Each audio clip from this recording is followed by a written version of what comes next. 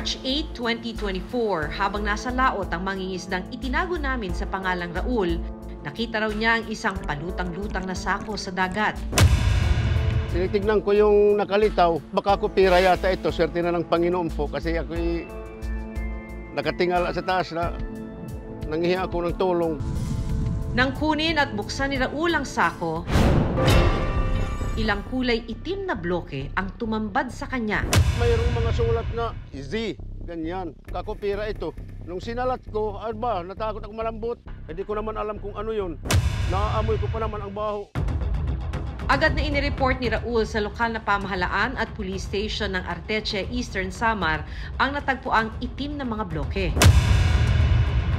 Nang suriin ng mga pulis ang laman ng mga bloke, nakumpirmang illegal na drogang cocaine ang natagpuan ni Raul sa dagat.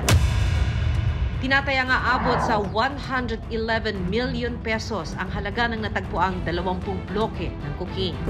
Kaya nga nag-request na po mama ng request for distraction doon sa korte para po mama sunugin yung cocaine na yan po ma'am. Ayon sa hepe ng Arteche Municipal Police, ito ikalawang pagkakataon na may natagpo ang mga bloke ng cocaine sa dagat sa kanilang bayan. Nitong Marso, 20 cocaine bricks ang na-recover sa bayan ng Arteche sa Eastern Samar.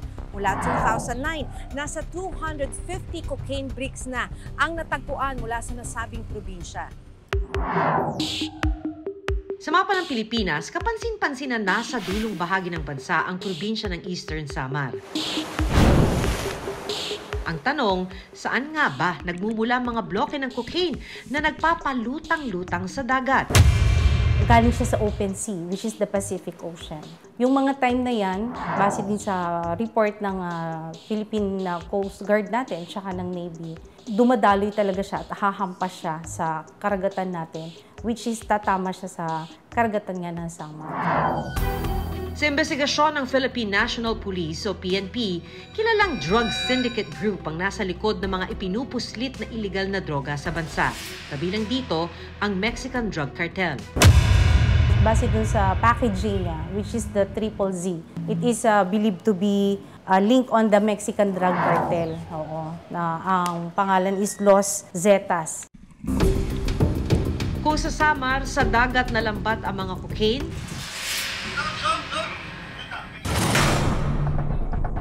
ang isang suspect naman na naaresto sa Cavite, inilagay sa cookies at chocolate ang cocaine.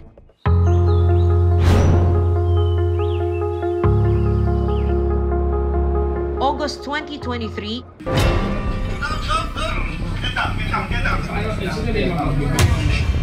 isang Uganda national ang inaresto ng National Bureau of Investigation o NBI Task Force Against Illegal Drugs sa Dasmariñas City, Cavite. Nang pasukin ng NBI ang bahay ng Banyaga sa bisa ng search warrant, tumambad ang iba't ibang kemikal sa paggawa ng black cocaine. Bago ang pag-aresto sa Uganda National, 2 Pilipina ang naunang inaresto ng NBI. Nakuha mula sa mga suspect ang 20 milyong pisong halaga ng black cocaine na inihalo sa cookies at tsokolate. Sila ang nagturo sa Uganda National na siyang gumagawa ng black cocaine. Black cocaine? Yeah, this is the first time that we discover it in the Philippines. We were able to discover a clandestine laboratory. So, dito niya minamanufacture.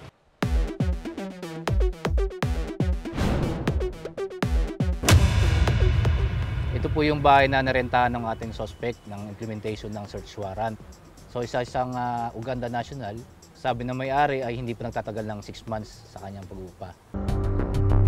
Ayon sa isa sa mga residente na naging kapitbahay ng suspect, taong 2022 nung una niyang mapansin ang pagdating at pangungupahan ng mga banyaga sa kanilang lugar. Pag dumarating sila doon is group. Pag nandyan sila, nagkukulong sila. I don't know kung ano nangyayari activity doon sa loob. Tapos may mga kasama silang mga Pilipino. Sa ngayon nakakulong ang Uganda National sa NBI Detention Facility. Sabi ng NBI, hindi pa maaaring ma-deport ang dayuhan habang dinidinig pa ang kaso sa korte. Pinalaya naman ang 2 Pinay na naunang naaresto habang nagpapatuloy ang investigasyon sa kaso. Paniwala ng NBI, miyembro ng grupong West Africa Drug Syndicate ang nadakip na Ugandan national. Ang magagawang black cocaine sa Pilipinas, planong ibiyahe papalabas sa ibang bansa. Sa kasong ito, Hong Kong ang target market ng black cocaine. What happens pagdating nila sa Hong Kong? May processing pang gagawin dyan before they can consume it. I get 3 kilos of black cocaine. A significant amount of drugs. Assaulting! Move!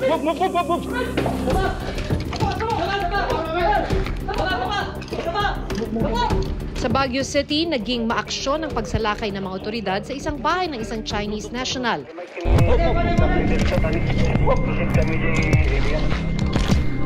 Armado ang mga tauhan ng Police Regional Office Cordillera at Baguio City Drug Enforcement Unit. Maingat na pinasok ng assault team ang target location sa bisa ng search warrant. Building cleared. Nasabat ng mga pulis ang nasa 575 kilos ng pinaghihinalaang shabu na nakasilid sa tea bag. Tinatayang nasa 4 na bilyong piso ang kabuuang halaga ng suspected shabu. Sinusubukan naming kunan ng panayamang Baguio City Police Station pero tumanggi na silang magbigay ng pahayag dahil dinidinig na sa korte ang kaso ng Chinese national. Pagkukumpirma ng Baguio City PNP, nakakulong sa BJMP Baguio City ang suspect na sinampahan ng kasong paglabag sa Comprehensive Dangerous Drugs Act of 2002. Assaulting! Move! Ayon sa NBI, 3 malalaking drug syndicate ang posibleng pinanggalingan ng mga nakumpiskang illegal na droga sa Samar, Baguio City at Cavite. Ito ang Mexican Drug Cartel, African Drug Syndicate at Chinese Triad. Sa datos na inilabas ng Philippine Drug Enforcement Agency o PDEA, tumaas ang bilang ng mga Pilipinong nagiging courier ng mga sindikatong sangkot sa drug trafficking. Mula sa 2 na aresto noong 1993, umabot na ito sa mahigit 700 sa kasalukuyan.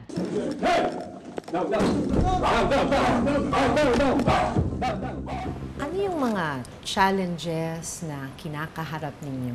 Because of the law, it's very restrictive on the part of law enforcement. May wiretap, yung bank account, secrecy of bank deposits, that's the point.